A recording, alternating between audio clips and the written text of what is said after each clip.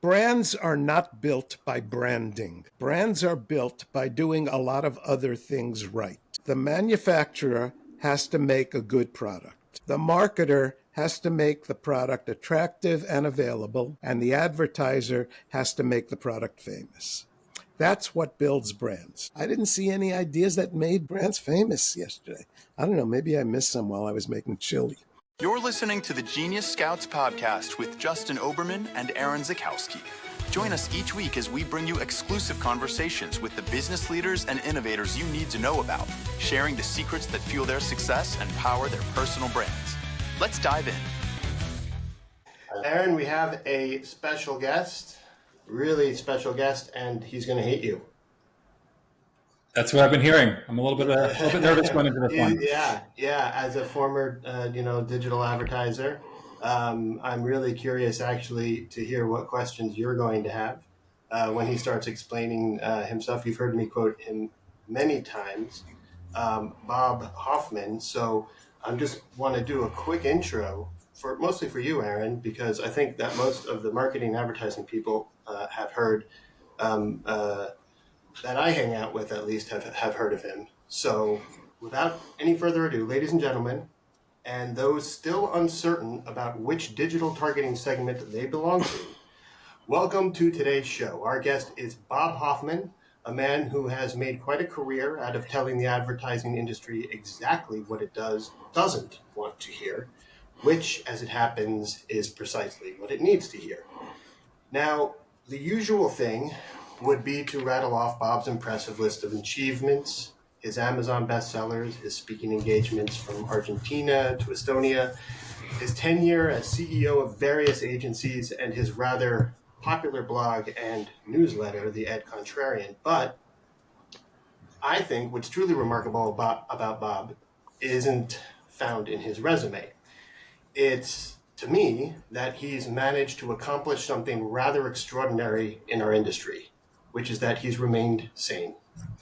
While others are busy convincing themselves that consumers are desperately waiting to have meaningful relationships with their toilet paper brands, Bob, like this San Francisco legend before him, Howard Gossage, has been pointing out that perhaps, just perhaps, people have better things to do with their lives.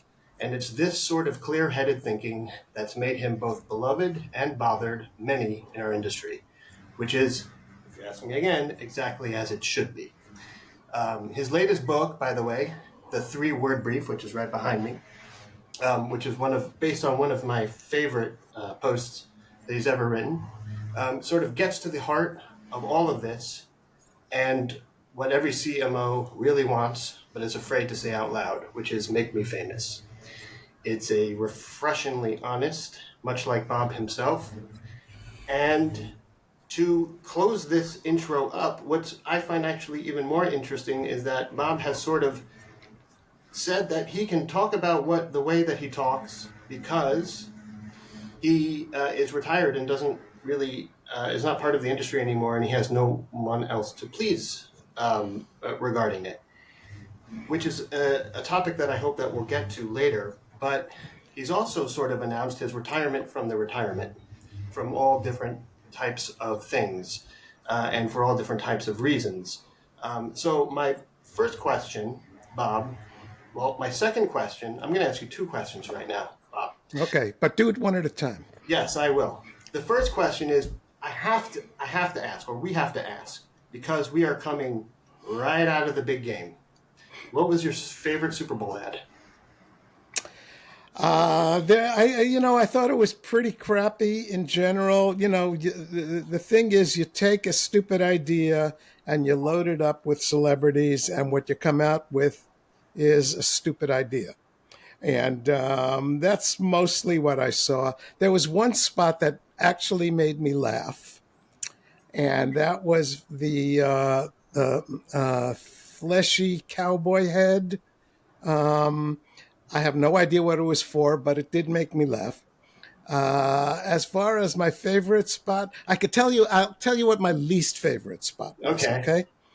It was for WeatherTech with the old ladies with Born to be Wild as the best. How many fucking times do we have to hear Born to be Wild in a TV spot? And we're old ladies acting, how big a cliche can you create and run it on the Super Bowl and not be embarrassed? That's what I want to know. And so that was my least favorite.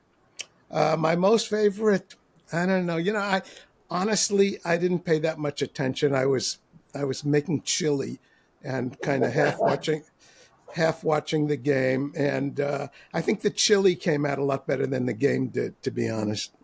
The game and the ads, or just the game? The game and the ads. The spots were exactly what you expect in the Super Bowl. There were like very few, if any, surprises. They all looked like, almost good Super Bowl ads. That's what they mostly were. I can't think of anyone that really stood out for me. I tried to read some of the commentary after the fact, but I don't know. They just didn't get to me. Using celebrities is such a crutch.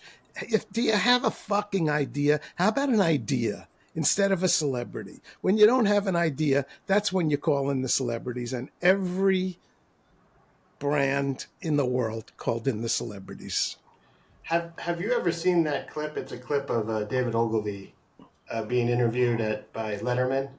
And No. Letterman asks about, like, what about using celebrities in ads? And David Ogilvy says, "Oh, I never do it. I never do it anymore." And he talks about how one time he used Eleanor Roosevelt to sell margarine, and he shows the clip. And he says that the problem with celebrities is they outshine your product. They cost too much. But you go deeper than that here. Yeah, I don't mind the use of celebrities if you have an idea. If they're integral to the idea and the idea is sensible. But just to throw celebrities at stupid ideas and think that that's going to bail you out, not for me, sorry. So that's one thing. So what do you think happened? Because it used to not be that way. I mean, I was a child growing up in the 80s, and I was a teenager in the 90s. And I remember these Super Bowl ads. You can't sort of forget them. What happened? What happened was that the advertising industry is no longer focused on craftsmanship, on creativity. The advertising industry has been bought by financial institutions. These holding companies are nothing but financial institutions that buy advertising agencies and milk them. And as a result of that, the focus in the advertising industry now is on efficiency, not craftsmanship.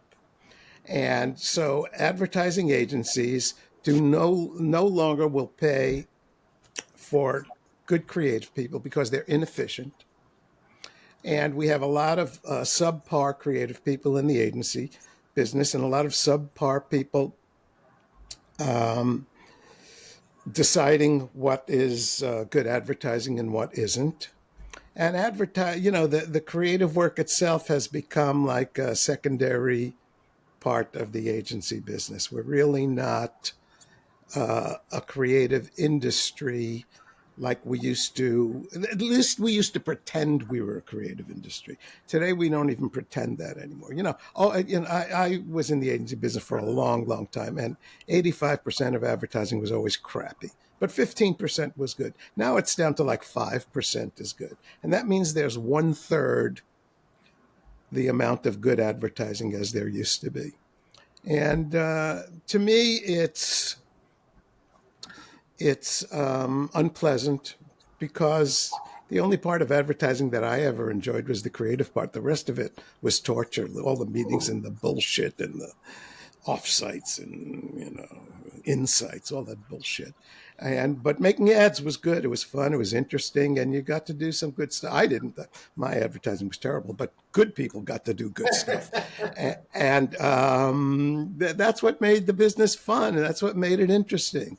And now it's no longer like now. let me qualify that. There are still some really good agencies and some really great creative people in the business, but about one third as many in relation to the total population as there used to be. If I could ask a follow-up question to that, as a former direct response paid ads guy who believes very much in both sides, and Justin has introduced me to your work, and from everything I've read, it resonates. I wonder if you would think that the deterioration of advertising, as you described it just now, coincides with the concept, whether true or false, that we should be able to measure advertising. With the advent of Google and the Google Ads platform, where we felt in digital that we should be able to directly measure through analytics and attribution and such the results, and therefore people expected more of a direct measurable response and therefore moved away from creativity and branding that would have a long-term impact. No, there's nothing wrong with measuring the effect of advertising if you're really measuring that. The problem is, what has happened is that the advertising industry has two lineages of advertising. There's the direct response lineage, and there's the brand lineage. And traditionally, the brand lineage was the good advertising. That's what Coca-Cola did, and Budweiser did, and Nike did, and Apple did. And the direct response lineage was the crappy stuff, 20% off now. It's essentially offer advertising, the direct response stuff. It was 20% off, or buy one, get one, or act now and say blah, blah, blah. And so, and there was a balance between the direct response lineage, which was short-term sales building, which is important, and long-term brand building, which is important. The internet came along, and we thought it would be like, advertising has always been part of it, direct response, part of it's brand building, but the internet became a direct response medium, not a brand medium. And by becoming a direct response medium, it focused on what direct response always focused on, and that was reaction, immediate reaction.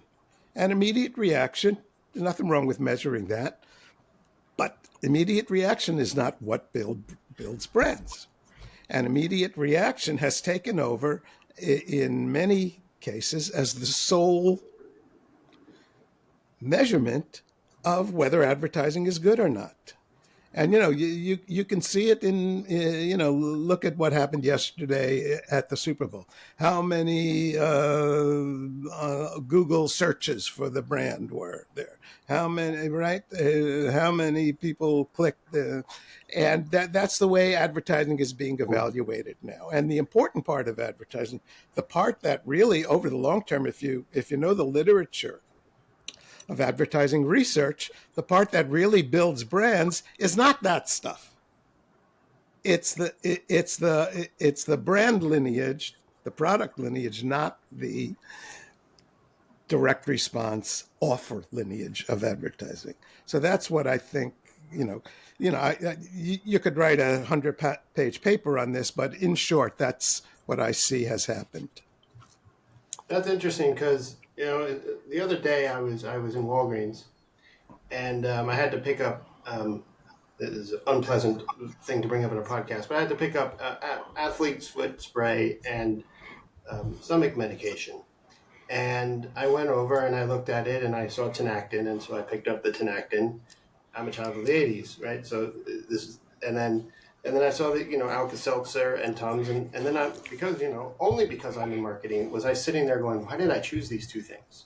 I haven't seen a Tinactin ad or a Tums ad or an Alka-Seltzer ad for that matter probably in 20 years. I mean that. But in my head is tough actin Tinactin, right? And in my head is they were still playing this into the '80s. I can't believe I ate the whole thing. Try it, you'll like it. Plop plop fizz fit. And these brands have for like 20, 30 years been advertising on one of the most powerful mediums you can imagine, television, over billions of dollars over and over again. And it's almost like they don't need to advertise right now. But like Well, how but you they can't do go need to to they do need to advertise, and they should be advertising, but they're right. not. They've given up on it. I'm Right. And sorry. Continue. so if someone comes along, you can disrupt them. But the question is how do you build a brand today with such a fragmented media market, like The media same way landscape? you always built a brand. How? Fame. That's what builds brands, is fame. And if you, it's not a guarantee, but if you're not famous, you're not going to be a big brand. I don't care what you do. You got to get famous to become a big brand. If you don't get fame, you can't, and you don't become famous in private. You become famous in public. You have to be big and loud and do things in public, and it's much harder these days. You're absolutely right. That's why good media strategy is so important, because it's so much harder to build fame today. And all these people who are pretending to be media strategists and pretending to be media buyers and don't know shit and are just throwing money at the web, can't explain why, don't know what they're doing, and are not building fame. It's it's a big problem, and we really need talented media people who can figure this out, because it ain't easy. Used to be easy. You buy some TV networks, and in a year you're famous. Ain't that way anymore. It's much harder, but you still got to do it. I want you to hold that thought, but before we get to that, because it's a good segue into something, but is this what you mean by the slow motion death spiral that you that you keep talking about?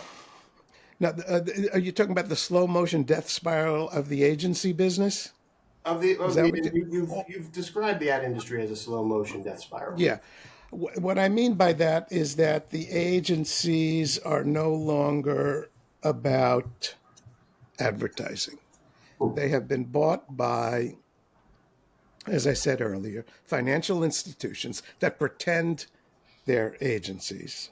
The WPPs and all those, and they pretend they're ad agencies, but they're not. They're financial institutions. They buy up agencies, and they redesign the agencies in their image to create maximum return, not to create maximum craftsmanship. And as a result, the agency business, I mean, just you don't have to believe me. My opinion doesn't mean shit. It's the facts that count. And the facts are, if you talk to consumers, they hate advertising. And, advertising was always a minor annoyance, but now they hate it. Mm-hmm. I mean, there was a study done by, who was it? BBH, maybe, in Britain, that in the past 20 years, the number of people who find advertising annoying has doubled in 20 years. That's not good. It's not good for our industry. And I just published some research that I came across a few weeks ago that showed that of all the things that people have to deal with online, the number one biggest annoyance is advertising. It's not privacy, it's not security, it's advertising. And I don't know how you defend that if you're an advertising big shot. I don't know what you say to defend yourself against that.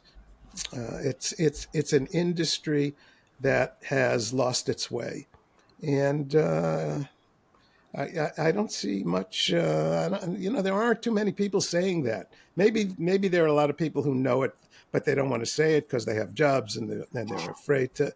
I don't have a job. I don't give a shit. I don't have a boss.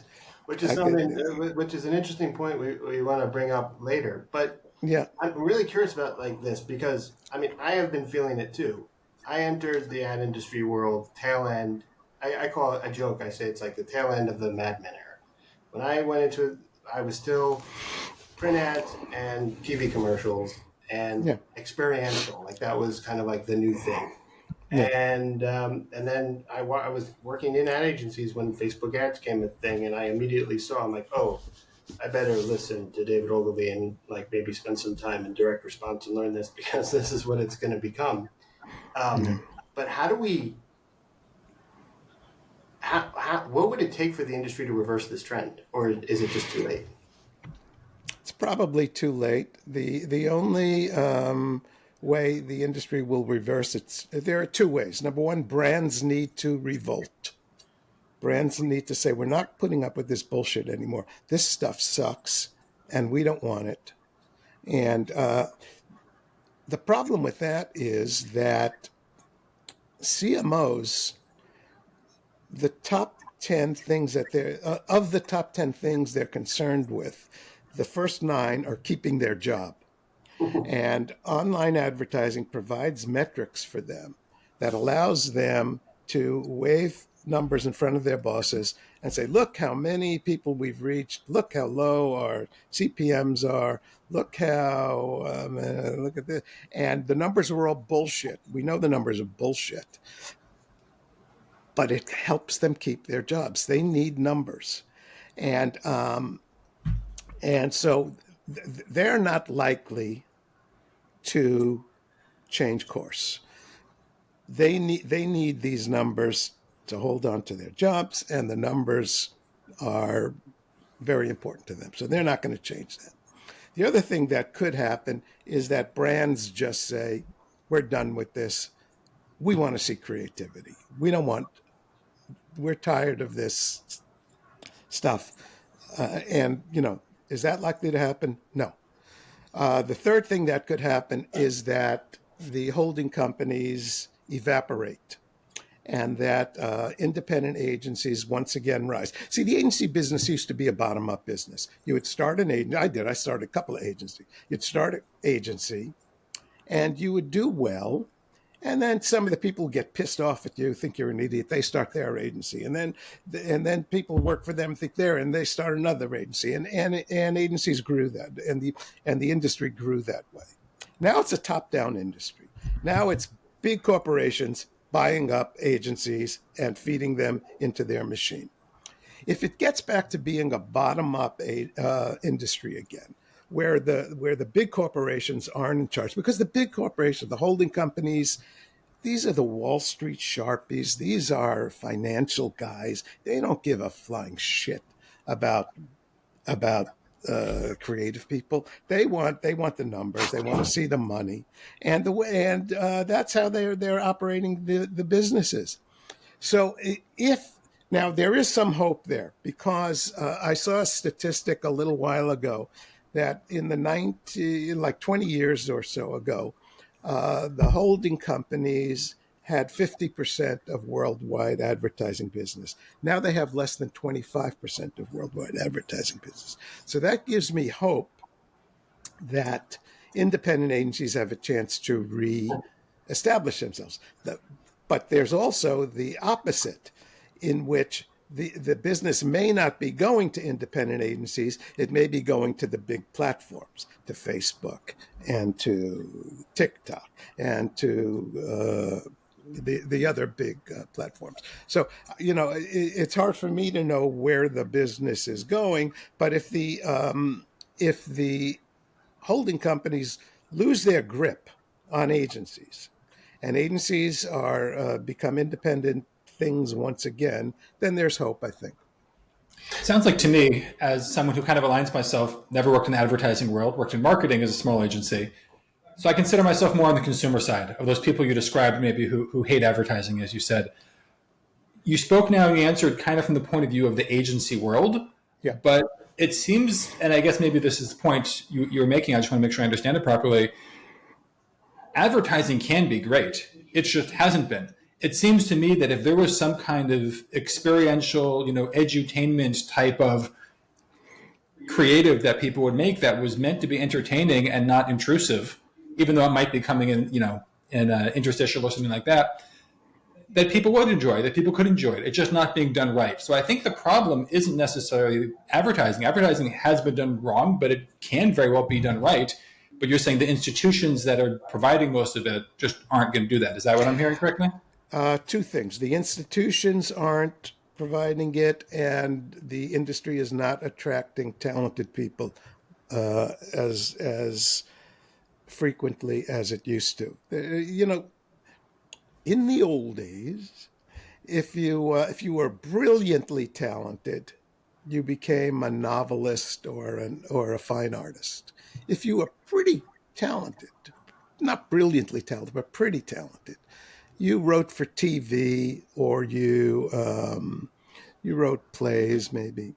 And Today you if become an you, influencer. I'm sorry, Today you become an influencer. yeah, and if you were talented but not brilliant, or you went into advertising. And that's not to say there weren't brilliantly talented people in advertising. There were. And so, I'm generalizing here. But that's, in general, that's how it worked. Now there are so many places for talented people to go that aren't advertising anymore.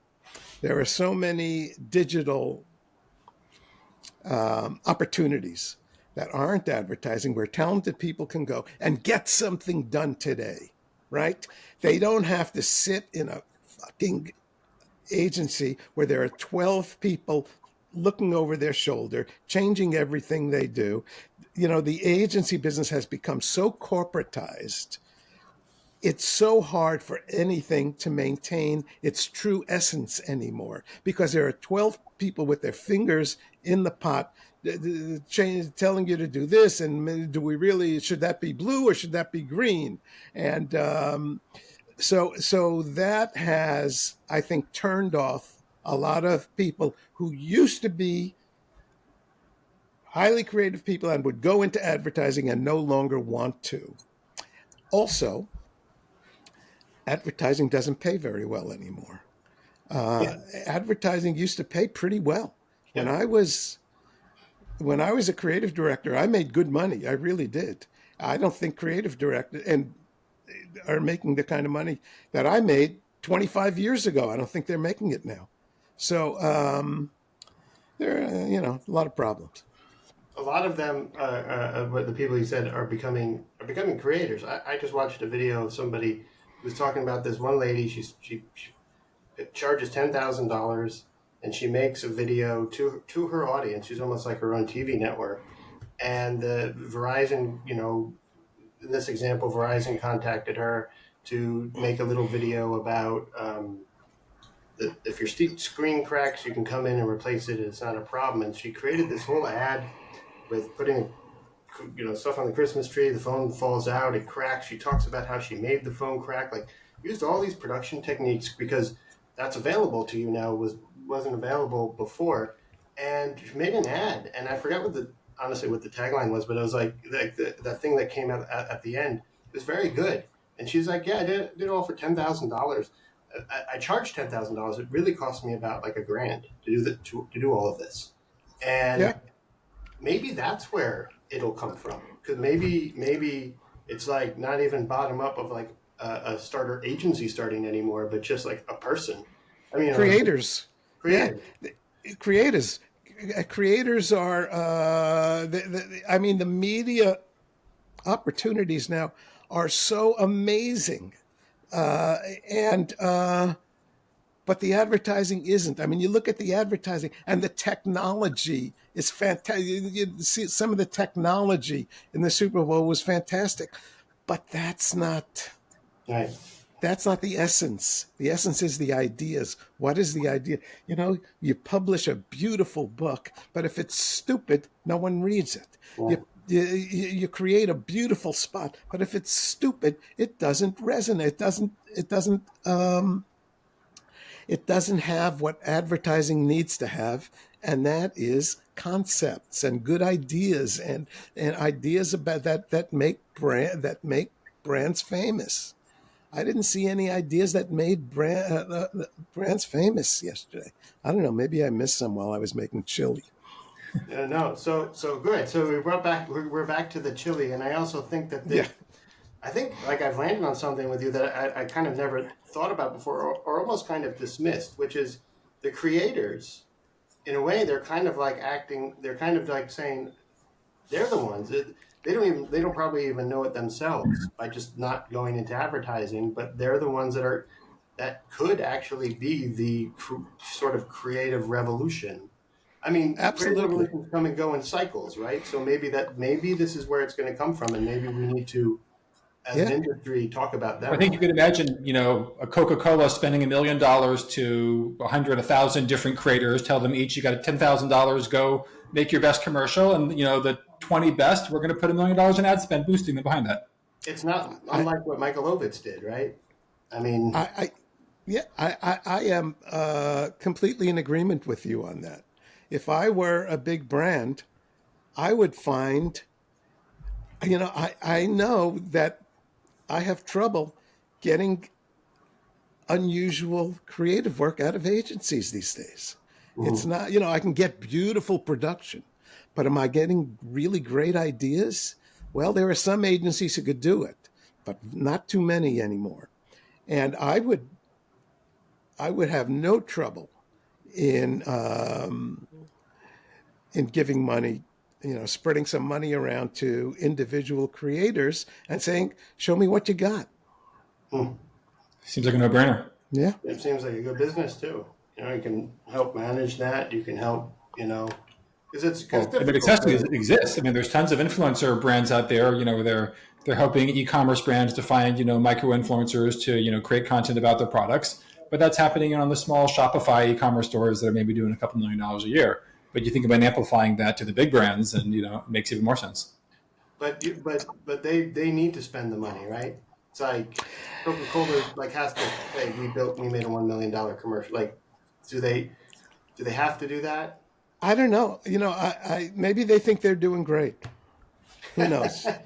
They Well, probably, all these people who were on the Super Bowl yesterday, they're probably not yesterday, Sunday. They're probably high-fiving themselves, saying how great it all was, and the human beings out in the street are going, I don't know. Well, it's what do you think? Did you like that? I don't know. You know, well that no one does that anymore either. Like brand recall, all of those types of studies, you never hear about those. You just hear yeah, about like, did you Google it? Not like what's the right, first brand you think of when you. But it's funny right. that I don't know. Have you ever read this book? It's by this ad guy named Nicholas Samstag in the '60s. He wrote this book called "How Business is Bamboozled by the Ad Boys," and No, he is a former ad guy who got out advertising and then started just sort of explaining how it is. And he's got his book. The chapters are based on delusions. He's got all of these different delusions like delusion one, you can make good advertisements out of statistics. Delusion two, the first purpose of an advertisement is to sell something. Delusion three, the agency puts your money where it'll do you the most good. Um, maybe pretty good delusions there. right, yeah. I think he's right. I think he's Yeah. right. I think I'll send you. There's a fun, great interview with him. Okay, good. He's got one of these voices from the '60s. When everybody sounded like this.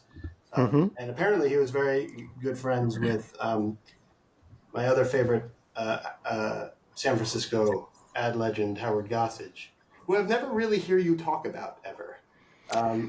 He was before my time. Okay. He was long before my time, but I admire the guy tremendously. And a guy I know who I call a friend named Steve Harrison wrote Yeah. a book about him, and another big fan of Gossage is Jeff Goodby, who is a good friend of mine, and Jeff and Steve did a movie about Gossage. I'm not sure who did. I'm not sure if Jeff did the movie or Steve did a movie. But Yeah. the title of the book and the title of the movie is Grown man. something about a grown man. What is it? Is no. The only respectable work for a grown man, or something like that. Yeah. You're right, and it's wonderful. I mean, everyone in advertising should read it and should read about Gossage, because he wasn't just a great ad guy. He was like a character. He was a Changing the world is changing the work for our world. man. Changing the world is the Only only comparison. for And a he grown has man. other Yeah. famous quotes like, "Nobody reads ads; people read what interests them," and sometimes it's an ad. And And just so you Right. know, like our logo for our agency is actually based on a doodle that Howard Gottfried once made. Uh-huh. um, Cool. yeah, and also Genius Scouts. Genius Scouts, basically, at some point, Howard Gossage started he got tired of telling ad agencies that their problem wasn't advertising and losing them. Like apparently it was between him and Volkswagen, right? And he told them, he's like, you don't need to advertise this car; it'll sell itself. Don't speak to Bill or something. And he got tired of doing that, so he started this consultancy called Generalists, where they would just like solve business problems by thinking like a generalist. And their first client was a ski lift in Squaw Valley or whatever they call it now, but Palisades. But their second client was Marshall McLuhan, who they made famous, obviously, and they referred to it as one of the things that they did as genius scouting, which is kind of what I want to. We don't normally want to talk about necessarily, but since we have you here and you have been so vocal on it, and you were talking about, how you you sort of have like three stages. I'm actually very curious to hear about the first stage, but in your career, you've worked in advertising, right? And while you were working in advertising, I'm sure you acted a certain way and presented yourself a certain way. And then you retired, and then you became more free to say, as you point out, I'm more free to say, speak my mind. But I remember there was an interview I saw with you. It was like, but when I worked at an agency, when I was a CEO, I couldn't necessarily do that because if I lost a client, this is like people's jobs that you're dealing with. Right. And now you're kind of in this, retired retirement. So I'm also curious to hear about what's next. But what I'm also curious about is we brought up Howard Gossage. Howard Gossage is interesting to me because there was a man who spoke the way you did, who hated advertising, who created advertising while he basically went around talking about how much he hated it, and still continued to get business. And I mean, he didn't grow to be huge, but apparently he didn't want to. We'll never know the truth. But I'm really curious because we deal, our agency is just dealing with people, and we use the term personal branding. And I know that you have famously said that, do I really need a personal brand? Can't I just be a person? Right? So Yes. what I would like you to do is tell us what you really think about all this personal branding stuff. And I really don't want you to hold back. Okay. First, I want to say that I don't hate advertising. I don't like what advertising has become. Got it. But I like advertising. Oh, sure. That's okay. Yeah. Okay. Yes. I don't like what the industry has become. Right. Okay. Personal branding. To me, let's start with branding large. Branding to me is a meaningless word about a non-existing activity. Brands are not built by branding. Brands are built by doing a lot of other things right. Brands are built by having a good product, by having it become available and attractive, and by making it famous. So there are three things here. The manufacturer has to make a good product. The marketer has to make the product attractive and available, and the advertiser has to make the product famous. That's what builds brands. If you do those three things, now there's no guarantee about any of this. Marketing is likelihoods and probabilities. There's no guarantee. There are plenty of famous brands that have gone right down the tube because stupid is more powerful than famous. And so being famous isn't enough. But if you do those three things, your likelihood of success and your likelihood of building a successful brand is much higher than if you don't do those things. What we call branding is usually one of two things. It's either marketing 101 It's just a renaming of Marketing 101, or it's a description. It's a new way to describe fame. And the the people who put branding first, for example, the so-called new Jaguar brand, that hideous thing. That's the wrong way. That's not going to work. You got to start with a really good new car. It has to look good. It has to become available, and you have to make it famous. And but starting at the end, starting with the brand. Here's the brand, and then we'll backfill all the other shit. That doesn't work. And so, to me, using the term branding is just a confusion because no one knows what the hell it means. It's just a word that people throw around, and you're not really clear on what's being said. You're not really clear on what you're supposed to be doing. That's why I don't like the term branding. That doesn't mean that I don't believe that strong brands are extremely important. They are. But my point is, it's how you build the strong brand that counts. That's that's our job. How do you build the strong brand? And I don't think you do it with branding. I think you do it with the fundamentals of product design, marketing, and advertising. Thank you. See, Aaron, that's what I'm trying to say. That was brilliant. You've been rambling something about that for the last couple of months, and Bob just wrapped it up nicely. But we're trying to say it too in terms of like personal brand. Like people say, for example, that I built a very like personal brand online and stuff like that. And then they come to me and they say, okay, do it for me. And then, you know, they want me to like just ghostwrite their LinkedIn post, or they want me to, you know, and I'm like, that's not what it is. You know, that's, you know, and you see on LinkedIn all these people saying to build your personal brand, you have to make sure you have the right hook, and you have to, and like there just seems to be something really off about that. And so I don't like to use the word, but at the same time, it, you know, from a marketing perspective, like if I throw new words out there, it just kind of confuses the market. But you have a very interesting chapter, and I forget which. I think it's either in Advertising for Skeptics or it's in the Ad Contrarian book, where you do talk about very briefly. You're talking more about social media and like how you don't hate social media. You built you know your current persona on it. You in a way have built a strong personal brand as the Ad Contrarian. Like that's a brand, right? To whatever kind of way. Was this like intentional? Did it happen organically? Did you?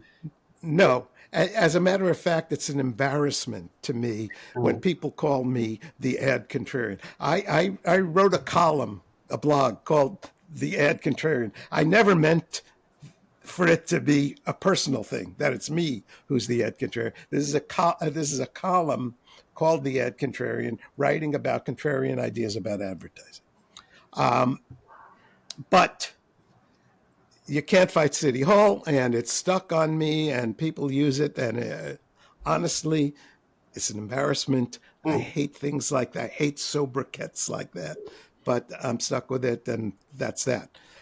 But nonetheless, there is a brand.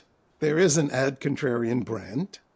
It wasn't done with branding. It was done because I wrote interesting things that people, in the beginning, I wrote interesting things that people hated. I was like a Luddite dinosaur. Everyone hated what I wrote. They thought I was an idiot. Then all of a sudden, things that I was writing about, all of a sudden they started to happen. And I got promoted from idiot to genius pretty quick. And I wasn't an idiot then, and I'm not a genius now. But I stuck to a point of view. I stuck to a way of speaking. And I didn't try to be someone I wasn't. And I, you know, and that I think that grew not because of any intentional brand building. I'm just a pretty good marketer, and I know how to get things into people's hands. And I think I know what people will react to. And that's all there is to it. There wasn't anything magical in what I did. And, for the first couple of years, believe me, no one paid any attention. If I got 40 people to read my blog in a day, I thought I was doing well. And then all of a sudden, one day, I had an idea.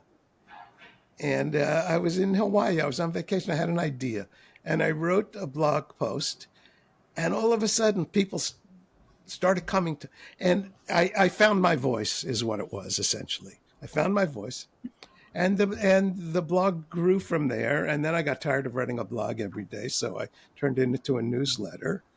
And now I'm tired of writing a newsletter every week. So I write one whenever I feel like it. And yeah, does that explain it all? Your question, Justin, does that help? Yeah, no, it does. It does explain it. It's just, we live in this world right now where, like, this is the thing right now. The thing right now is personal branding. They call it founder-led growth, and it's that the person who's running the company, if they're a dynamic individual, they should be the one that's front and center. And there's nothing new in that. right. It used to be called publicity, right? And movie stars used to have publicity agents whose Right. job was to get them in the newspaper or get them on television or do that. There's nothing new in that. It's creating fame. That's what it is. Right. It's That's about what I get.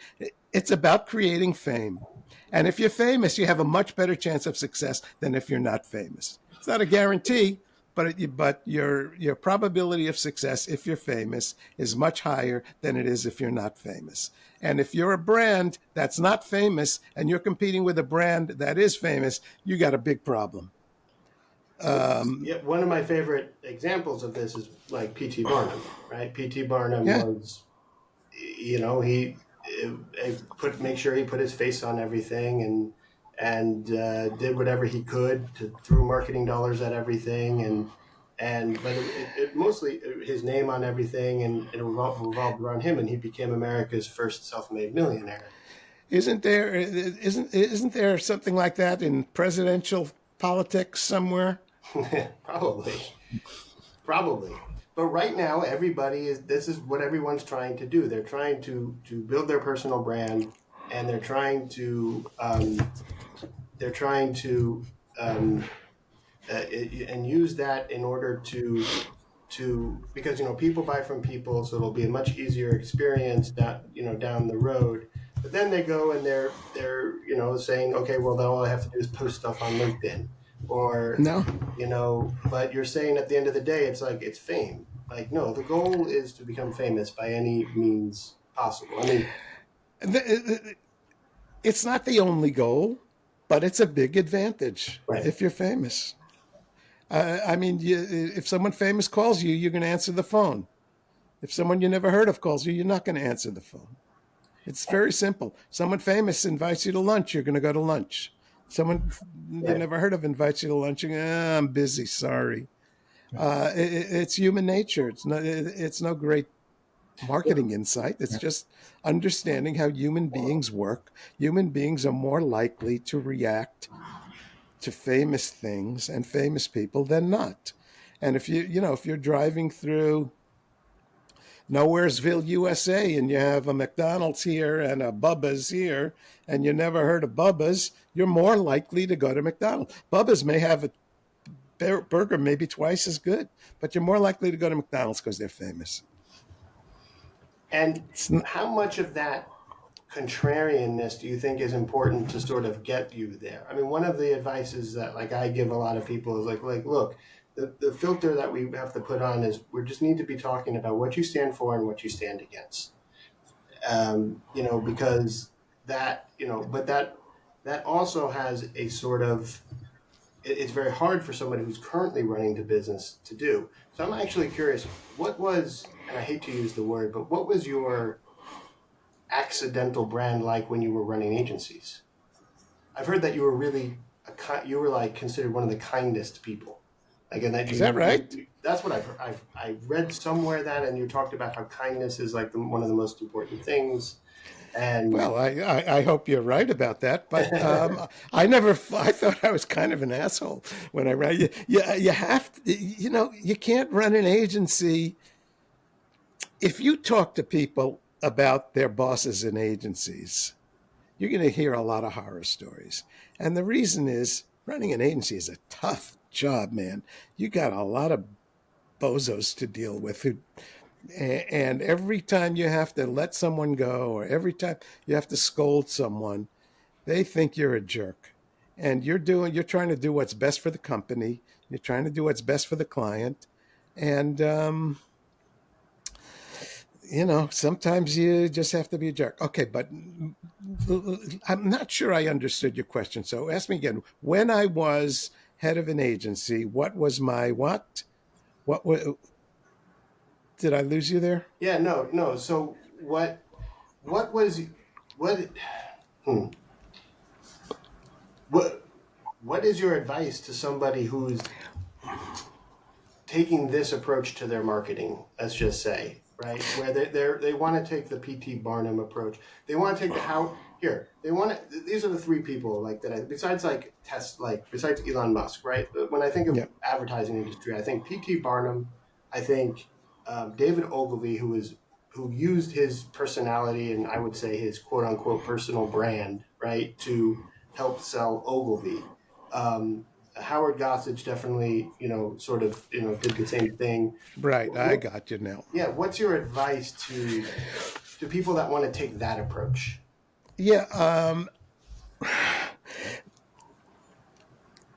Before I answer that, Sure. one of the things that's most remarkable is that when I was in the agency business, I was the CEO of an agency. I was the majority owner of an agency. And I couldn't say what I say now for two reasons. Number one, I don't want to piss off a client and get people. If I'm not going to fire myself, I'll have to fire other people if I piss off. But second, my partners in the business didn't want me saying what I now say.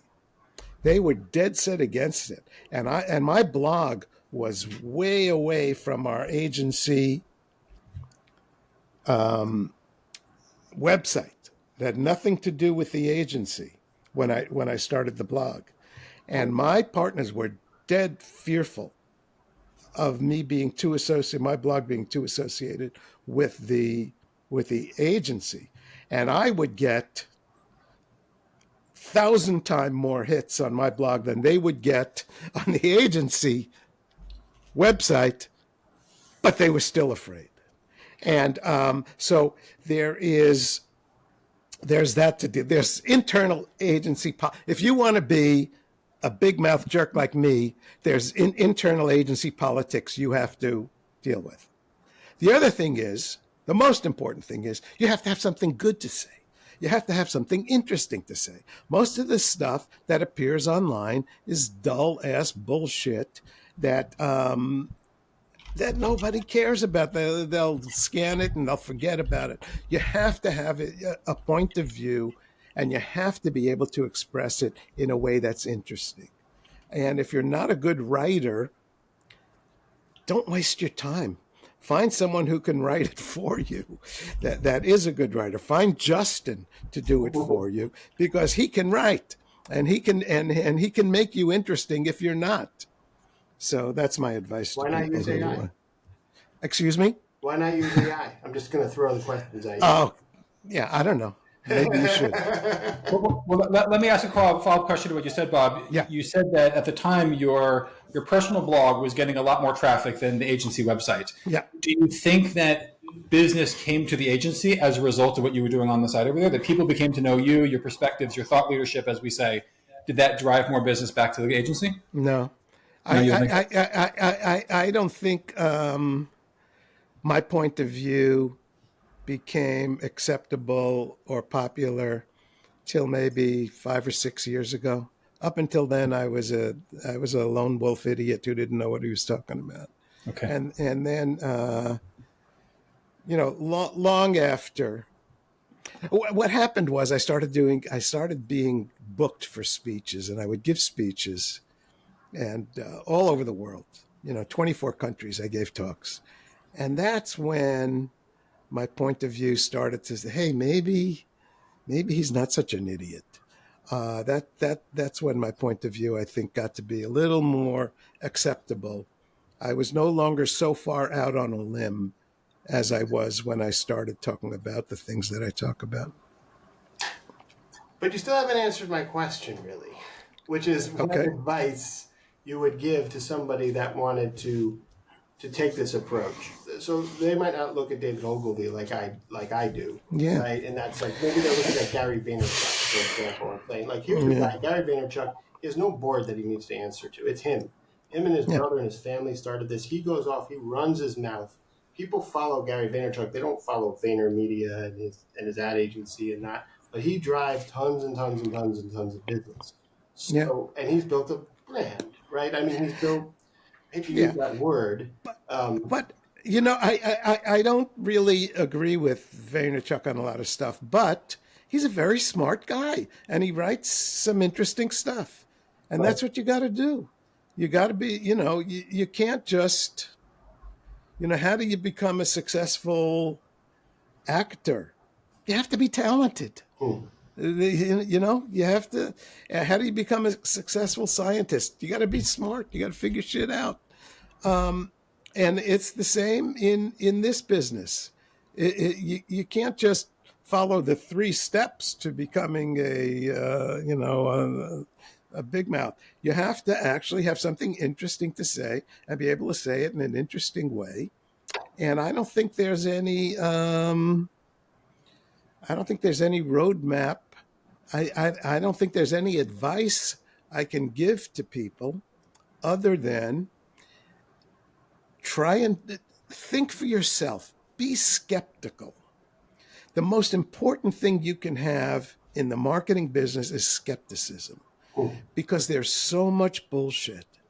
And if you just if you're one of the people who just repeat the same bullshit that everyone else repeats, and if you're not skeptical, you have to, when you listen to people like me talk, you have to say to yourself, how does he know that? You have to be skeptical. And if you are skeptical, you can develop a point of view that is differentiated and that might be interesting to people. And then you can hopefully popularize that point of view by writing about it in an interesting way. We've covered so much today. We've called out the BS. We've debated the big ideas. We've talked about personal branding, and maybe we've even made some more enemies along the way. Hopefully, I hope so. Yeah, I hope so too. Actually, and I think I've finally convinced Aaron that we should pivot. We should position ourselves on the sort of soft sell approach to personal branding. But before we wrap up, we have just a quick fire round. Bob, no overthinking, no long explanations, just gut reaction. Ready? Okay, yeah. The most recent ad you wish you made? I can't even think of one. Okay. I guess, hang on a second, let me think. The fleshy head, I don't even know what it was for, but I thought it was funny. Which is a bad thing, right? It was fleshy cowboy head, yeah. Okay, yeah. I had to look it up myself, to be honest. Yeah. I always watch the Super Bowl, by the way, with non-marketing people, and I base all of my decisions on their reactions.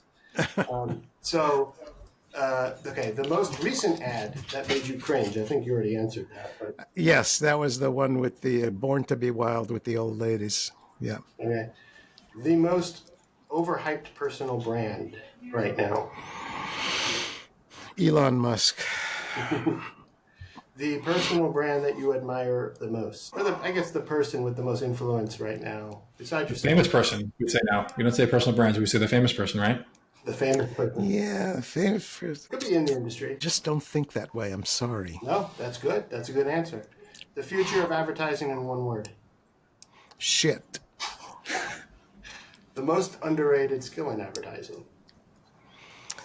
Skepticism. The one marketing trend you'd erase forever. I would erase tracking. Yep. The future of Bob Hoffman in one sentence. Dead. Oh, God forbid. Future grandfather. Next month, I'm going to be a grandfather for the first time. Mazel Wow, tov. congrats. Mazel Thank tov. That's a much better future. Yeah, I'm getting promoted to Yeah, grandpa. that's why you're slowing down the everything. I get it now. Yeah. Your least favorite word in the English language. Content. We're screwed, Aaron. We're screwed. We gotta find other ways to make these words, you know? If people want to apply your ideas and philosophies, your knowledge to their lives, to their business, to their even to their personal brand, what is like the very next thing that they should do besides read your books? Like a practical step. Practical step to apply my forget everything you think you know and think about marketing and think about advertising with a beginner's mind. Start from scratch and evolve your own philosophy of why people buy things and forget everything you've been taught. Awesome. Now you ready for this? I doubt it, but go ahead. We have taken those questions and we're going to put them into AI. We're using Claude Project. We have created an AI version of you using a lot of your work, learning upon it. Don't worry, we will not use it for anything else or for commercial purposes. We're just using it specifically for this to have fun. That's a very important announcement. And we've also instilled it and sort of coded it with its help to make sure that it always sort of answers things from your perspective as well. So it has your tone of voice and the way you think. So here you are, Bob. All right, it'd be so funny to hear you read this out loud. Yeah. And then interrupt yourself. You're like, I would never say that. I think we need shorter answers from AI Bob over here. Okay, ready? Go. Here we go. Here's the thing about personal branding. It's another one of those idiotic terms our industry made up to complicate something simple. That's pretty good. You want to know the secret to building a personal brand? Do good fucking work. That's it. All this horseshit about crafting your personal narrative and curating your social media, but just marketing people doing what they do best, taking something obvious and making it incomprehensible. Look at how I built what people call my personal. I didn't start with any strategy session or hire a personal brand. I just started calling out the bullshit I saw in that. I wrote what I actually thought instead of what I was supposed to think. And I kept doing it consistently for years. Pretty good. Here's what actually works. Be good at something useful. Have real opinions based on real experience. Say what you think clearly and directly. Do it consistently. Don't worry about your brand purpose or authentic storytelling or whatever other nonsense the personal branding gurus are peddling this week. The people who spend the most time talking about their personal brand usually have the least actually say. You want to build a reputation, do something worth having a reputation for. Just like regular branding, personal biz, what happens while you're busy doing other things right. That is very good. That's better than I could have wrote it, I think. Okay. My compliments to AI on that one. I think that answer was pretty damn good, tell you the truth. I don't know where AI is going. All I know is it's not going where anyone thinks it's going. We think we know what AI is going to become, but we don't. It's a little frightening, and it's a little maybe there's an optimistic side, but to me, it's a little more frightening than it is optimistic. To see it like you and think like yeah, I mean, we're